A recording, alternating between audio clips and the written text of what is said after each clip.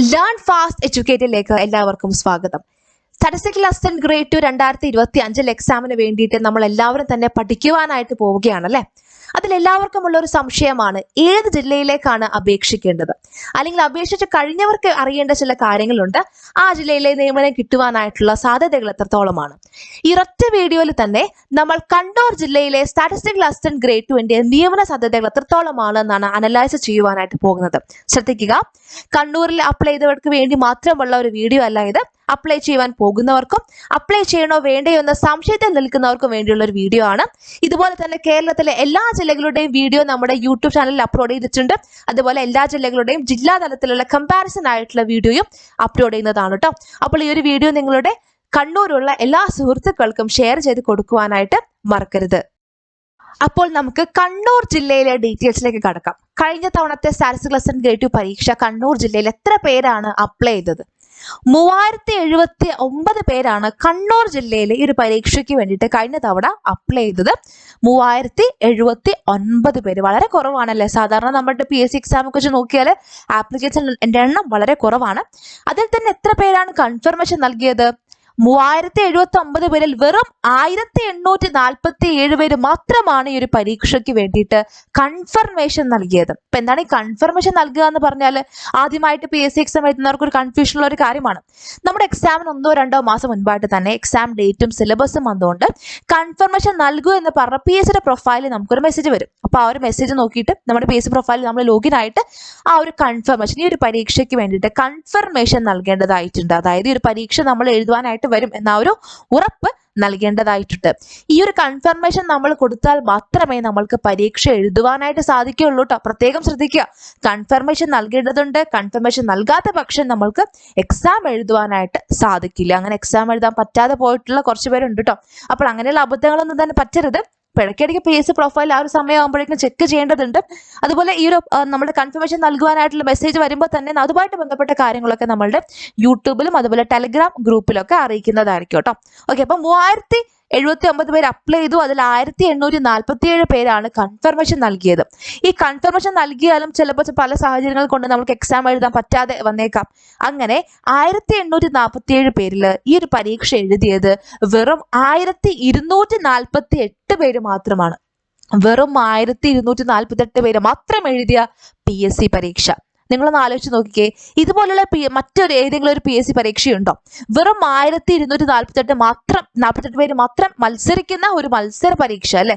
സാധാരണ നമുക്കറിയാം general PSC പരീക്ഷയ്ക്കൊക്കെ ലക്ഷക്കണക്കിന് ആളുകളാണ് പരീക്ഷയ്ക്ക് വേണ്ടിയിട്ട് അപ്ലൈ ചെയ്യുന്നതും പരീക്ഷ എഴുതുന്നതും അതിനുവേണ്ടി പഠിക്കുന്നതും ഒക്കെ.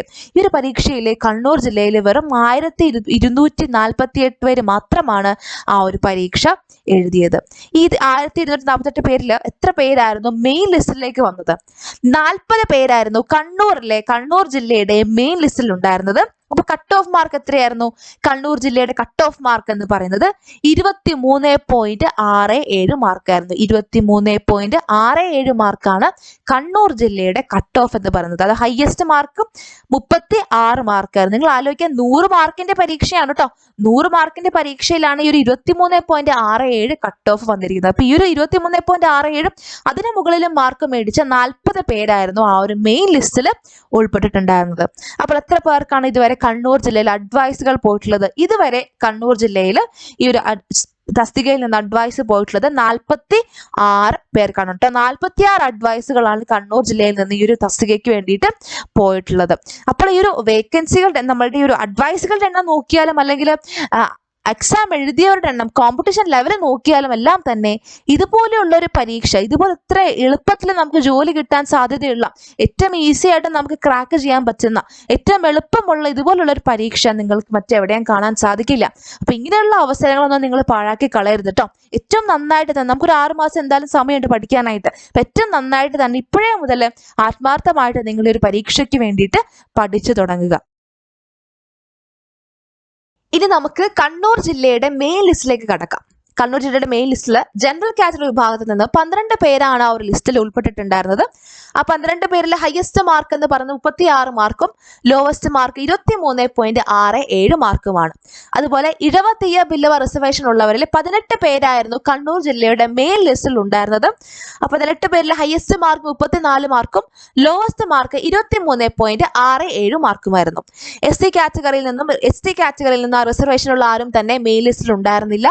അതുപോലെ മുസ്ലിം റിസർവേഷൻ ഉള്ളവരിൽ 2 പേരായിരുന്നു ആ ഒരു കണ്ണൂർ ജില്ലയുടെ മെയിൻ ലിസ്റ്റിൽ ഉണ്ടായിരുന്നത്. അതിൽ ഹയസ്റ്റ് മാർക്ക് 25 മാർക്കും ലോവസ്റ്റ് മാർക്ക് 24 മാർക്കുമായിരുന്നു. LC വിഭാഗത്തിലും അതുപോലെ SIUC നാടാർ, അതുപോലെ ധീവര, ഹിന്ദു തടർ, ഈ 4 കാറ്റഗറിയിലും ആരും തന്നെ മെയിൻ ലിസ്റ്റിൽ ഉണ്ടായിരുന്നില്ല. ബാക്കിയുള്ള ആ ഒരു മെയിൻ ലിസ്റ്റിൽ ഉണ്ടായിരുന്ന റിസർവേഷൻ കാറ്റഗറിയും എത്ര പേരായിരുന്നു ആ ഒരു ലിസ്റ്റിൽ ഉണ്ടായിരുന്നത്, അതിൽ തന്നെ ഹയസ്റ്റ് മാർക്ക് എത്രയാണ്, ലോവസ്റ്റ് മാർക്ക് എത്രയാണ്, ആ ഒരു ഡാറ്റ നിങ്ങൾക്ക് ഈ ഒരു ടേബിളിൽ നിന്ന് മനസ്സിലാക്കുക. അപ്പോൾ നിങ്ങളുടെ റിസർവേഷൻ കാറ്റഗറി ഏതാണോ അതുമായിട്ട് ബന്ധപ്പെട്ട ഇമ്പോർട്ടന്റ് ആയിട്ടുള്ള ഡാറ്റ നിങ്ങളൊന്ന് നോട്ട് ചെയ്ത് വെക്കുക കേട്ടോ. ഇനി സപ്ലിമെന്ററി ലിസ്റ്റിലേക്ക് വന്നു കഴിഞ്ഞാൽ ഓരോ റിസർവേഷൻ വിഭാഗത്തിലും എത്ര പേരായിരുന്നു സപ്ലിമെന്ററി ലിസ്റ്റിൽ ഉണ്ടായിരുന്നത്?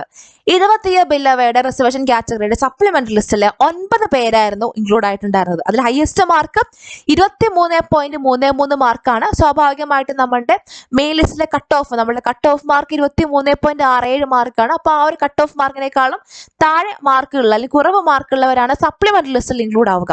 അപ്പോൾ ഈ ഒരു ഇഴവത്തീയ ബില്ലവയുടെ സപ്ലിമെന്ററി ലിസ്റ്റിൽ ഹയസ്റ്റ് മാർക്ക് 23.33 മാർക്കും ലോവസ്റ്റ് മാർക്ക് 21 മാർക്കുമാണ്. SC കാറ്റഗറിയുടെ സപ്ലിമെന്ററി ലിസ്റ്റിൽ 5 പേരായിരുന്നു ആ ഒരു ലിസ്റ്റിൽ ഉണ്ടായിരുന്നത്.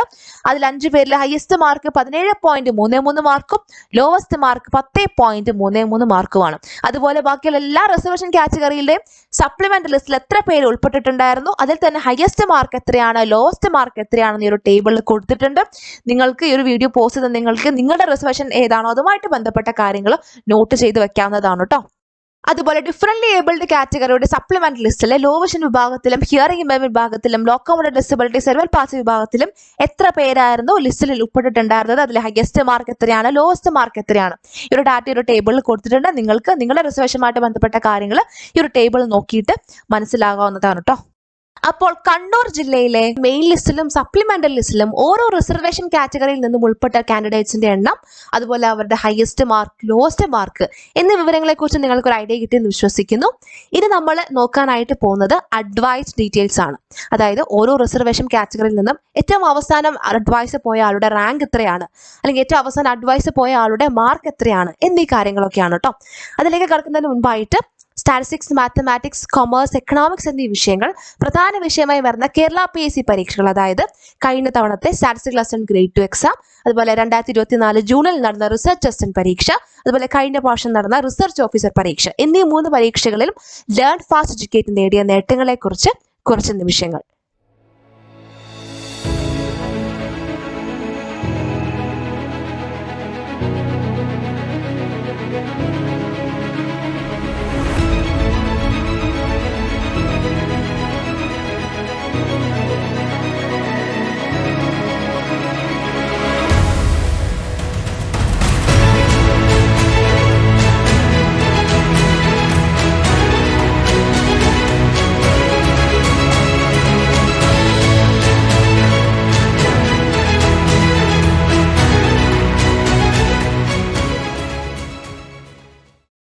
ഇനി നമുക്ക് കണ്ണൂർ ജില്ലയിലെ അഡ്വൈസ് ഡീറ്റെയിൽസിലേക്ക് കടക്കാം. ഓപ്പൺ കോമ്പറ്റീഷൻ വിഭാഗത്തിൽ, അതായത് മാർക്കിന്റെ അടിസ്ഥാനത്തിൽ മാത്രം, റിസർവേഷൻ കാറ്റഗറീസ് ഒന്നും കൺസിഡർ ചെയ്യാതെ തന്നെ മാർക്കിന്റെ അടിസ്ഥാനത്തിൽ അവസാനമായിട്ട് അഡ്വൈസ് പോയ ആളുടെ റാങ്ക് എന്ന് പറയുന്നത് 32 ആണ്. അതായത് മെയിൻ ലിസ്റ്റിലെ 32ാമത്തെ റാങ്കുള്ള ആൾക്കാണ് ഓപ്പൺ കോമ്പറ്റീഷൻ വിഭാഗത്തിൽ നിന്നും അവസാനമായിട്ട് അഡ്വൈസ് പോയിട്ടുള്ളത്. അവസാനം അഡ്വൈസ് പോയ ആളുടെ മാർക്ക് എന്ന് പറയുന്നത് 24.67 മാർക്കാണ്.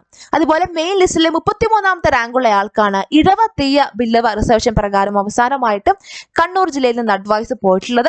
അഡ്വൈസ് പോയ ആളുടെ മാർക്ക് എന്ന് പറയുന്നത് 24.67 മാർക്കാണ്. അതുപോലെ ബാക്കിയുള്ള എല്ലാ റിസർവേഷൻ കാറ്റഗറിയിൽ നിന്നും അവസാനമായിട്ട് അഡ്വൈസ് പോയിട്ടുള്ള ആളുകളുടെ മാർക്ക് എത്രയാണ്, അതുപോലെ അവരുടെ ഏത് റാങ്കുള്ള ആൾക്കാണ് ആ ഒരു അഡ്വൈസ് പോയിട്ടുള്ളത് എന്നിങ്ങനെയുള്ള കാര്യങ്ങളൊക്കെ ഈ ഒരു ടേബിളിൽ കൊടുത്തിട്ടുണ്ട് കേട്ടോ. നിങ്ങൾക്ക് അപ്പോൾ നിങ്ങളുടെ റിസർവേഷൻ ഏതാണോ അതുമായിട്ട് ബന്ധപ്പെട്ട കാര്യങ്ങളൊക്കെ ഈ ഒരു ടേബിളിൽ നോക്കി മനസ്സിലാക്കാം.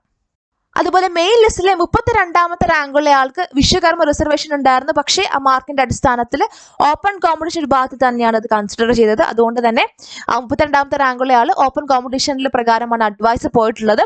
ആളുടെ മാർക്ക് അഡ്വൈസ് പോയ ആളുടെ മാർക്ക് എന്ന് പറയുന്നത് 24.67 മാർക്കാണ്. SIS നാടാറിലും ധീവര കാറ്റഗറിയിലും ഇതുവരെ അഡ്വൈസുകളൊന്നും പോയിട്ടില്ല. നമ്മുടെ റൊട്ടേഷൻ ചാർട്ട് ഉണ്ട്, PSCയുടെ റൊട്ടേഷൻ ചാർട്ട് പ്രകാരമാണ് അഡ്വൈസുകൾ പോവുക. അപ്പോൾ നിങ്ങളുടെ ഊഴം വരുന്നതിനനുസരിച്ചായിരിക്കും ആ ഒരു അഡ്വൈസ് പോകുന്നത് കേട്ടോ. അതുപോലെ ഹിന്ദു നാടാറിലെ സപ്ലിമെന്റ് ലിസ്റ്റിലെ ആദ്യത്തെ റാങ്കുള്ള ആളാണ് അവസാനമായിട്ട് അഡ്വൈസ് പോയത്. അതിൽ SCCC ആ ഒരു കാറ്റഗറിയിലായാലും മെയിൻ ലിസ്റ്റിലെ 18ാമത്തെ റാങ്കുള്ള ആളാണ്. ആ 18ാമത്തെ റാങ്കുള്ള ആൾക്ക് SCCC ആ ഒരു റിസർവേഷൻ ഉണ്ടായിരുന്നു. പക്ഷേ ഓപ്പൺ കോമ്പറ്റീഷൻ തന്നെയാണ് ആ ഒരു ആളുടെ ആ ഒരു അഡ്വൈസ് പോയിട്ടുള്ളത് കേട്ടോ. വിത്തിൻ OC ആണ്. മാർക്കിന്റെ അടിസ്ഥാനത്തിൽ 27.33 മാർക്ക് ഉണ്ടായിരുന്നു. അപ്പോൾ ആ ഒരു വിഭാഗത്തിൽ തന്നെയാണ് അഡ്വൈസ് പോയിട്ടുള്ളത്. അപ്പോൾ നിങ്ങളുടെ റിസർവേഷൻ ഏതാണോ അത് പ്രകാരം അതിനനുസരിച്ചുള്ള ഡാറ്റ നിങ്ങൾക്ക് നോട്ട് ചെയ്ത് വെക്കാം. അപ്പോൾ നിങ്ങൾക്ക് ഏകദേശം ഒരു ഐഡിയ കിട്ടും കഴിഞ്ഞ തവണത്തെ ആ ഒരു സ്റ്റാറ്റസ് എങ്ങനെയാണ്, അല്ലെങ്കിൽ കഴിഞ്ഞ തവണ ഏത് റാങ്ക് വരെയുള്ള ആളുകൾക്കാണ് അഡ്വൈസ് പോയിട്ടുള്ളത്, അവരുടെ മാർക്സ് എത്രയാണെന്നൊക്കെ നിങ്ങൾക്കൊരു ഐഡിയ കിട്ടുന്നതാണ്. അതുപോലെ ഡിഫറൻറ്റ്ലി ഏബിൾഡ് കാറ്റഗറിയിലും ആ ഒരു റിസർവേഷൻ പ്രകാരം അവസാനമായിട്ട് അഡ്വൈസ് പോയ ആളുടെ റാങ്കുകളും അതുപോലെ മാർക്കും ഇവിടെ കൊടുത്തിട്ടുണ്ട്. നിങ്ങൾക്കത് പരിശോധിക്കാവുന്നതാണ് കേട്ടോ. അപ്പോൾ ഈ ഒരു വീഡിയോയിൽ നമ്മൾ കണ്ടത് കണ്ണൂർ ജില്ലയിലെ ഡീറ്റെയിൽസ് ആയിരുന്നു അല്ലേ. എത്ര പേര് എക്സാമിന് അപ്ലൈ ചെയ്തു, എത്ര പേര് എക്സാം എഴുതി. 1248 പേരാണ് കണ്ണൂർ ജില്ലയിലെ കഴിഞ്ഞ തവണത്തെ സ്റ്റാറ്റിസ്റ്റിക്കൽ അസിസ്റ്റന്റ് ഗ്രേഡ് 2 പരീക്ഷ എഴുതി. നിങ്ങളൊന്ന് ആലോചിച്ച് നോക്കിക്കേ, വെറും 1248 പേര് മാത്രം എഴുതുന്ന ഒരു PSC പരീക്ഷ. അതുകൊണ്ട് തന്നെ ഈ ഒരു പരീക്ഷയ്ക്ക് വേണ്ടി നിങ്ങൾ എല്ലാവരും ആത്മാർത്ഥമായിട്ട് പരിശ്രമിക്കണം കേട്ടോ. നന്നായിട്ട് പഠിക്കുക. നമുക്കൊരു 6 മാസം മുൻപിലുണ്ട്. എല്ലാ ദിവസവും നമ്മുടെ ആ ഒരു ജില്ലയുടെ റാങ്ക് ലിസ്റ്റ് പബ്ലിഷ് ചെയ്യുന്ന സമയത്ത് നിങ്ങളുടെ രജിസ്റ്റർ നമ്പറും നിങ്ങളുടെ പേരും ആ ഒരു ടോപ്പ് റാങ്കിൽ തന്നെ ഉണ്ടാവണം എന്നുള്ള ഒറ്റ ലക്ഷ്യത്തിൽ നിങ്ങൾ നന്നായിട്ട് പഠിക്കുക. ഈ ഒരു 6 മാസക്കാലം നിങ്ങൾ ആത്മാർത്ഥമായിട്ട് പരിശ്രമിച്ചു കഴിഞ്ഞാൽ ഉറപ്പായിട്ടും നിങ്ങൾക്ക് ആ ഒരു ലിസ്റ്റിൽ ഏറ്റവും ടോപ്പ് റാങ്കിലേക്ക് എത്തുവാനായിട്ട് സാധിക്കും. അപ്പോൾ എങ്ങനെയാണ് നമ്മൾ ഈ ഒരു പരീക്ഷയ്ക്ക് വേണ്ടി പഠിക്കേണ്ടത്, തയ്യാറെടുക്കേണ്ടത്? സബ്ജക്ട് ബേസ്ഡ് എക്സാമുകളിൽ, അതായത് പ്രത്യേകമായിട്ടും സ്റ്റാറ്റിസ്റ്റിക്സ്, മാത്തമാറ്റിക്സ്, കൊമേഴ്സ്, എക്കണോമിക്സ് എന്നീ വിഷയങ്ങൾ പ്രധാന വിഷയമായി വരുന്ന സബ്ജക്ട് ബേസ്ഡ് എക്സാമുകളിൽ PSC ചോദ്യങ്ങൾ ചോദിക്കുന്ന ഒരു രീതിയുണ്ട്. ആ ഒരു രീതി മനസ്സിലാക്കിക്കൊണ്ട് വേണം നമ്മൾ പഠിക്കുവാനായിട്ട്. ആ ഒരു രീതി മനസ്സിലാക്കി അനലൈസ് ചെയ്തുകൊണ്ടാണ് ലേൺ ഫാസ്റ്റ് എഡ്യൂക്കേറ്റിൽ എല്ലാ ക്ലാസ്സുകളും എല്ലാ മോക്ക് ടെസ്റ്റുകളും പ്രിപ്പയർ ചെയ്തിരിക്കുന്നത്.